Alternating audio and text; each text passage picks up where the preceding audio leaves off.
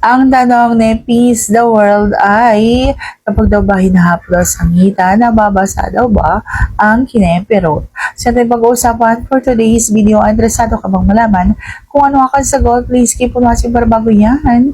Kung bago ka pa lang sa akin channel, please consider like this video and subscribe my channel.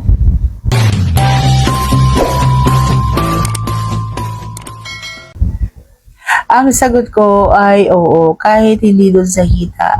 Basta haplos-haplosin mo lang ang kanyang mga balat. Sigurado kahit saan yung balat na yan, maya-maya ay makaramdam ng kung ano ang isang babae. Opo, ganun po. Kapag halimbawa ang isang babae ay siguradong mahal ka o kaya may gusto sa'yo, kapag halimbawang hinaplos mo yan, dinampian mo yan, makaramdam yan. Kaya kahit wala yan doon sa hita, kahit saan, kahit sa braso niya, kahit sa kamay niya, nakakaramdam po yan ng kung ano doon sa kanyang kineperot. Opo, totoo po yan. Maniwala po kayo sa akin. At yan lamang po ang aking vlog for today. Sana nagustuhan mo ang aking vlog na ito. Kung nagustuhan mo, please consider to like this video and subscribe my channel.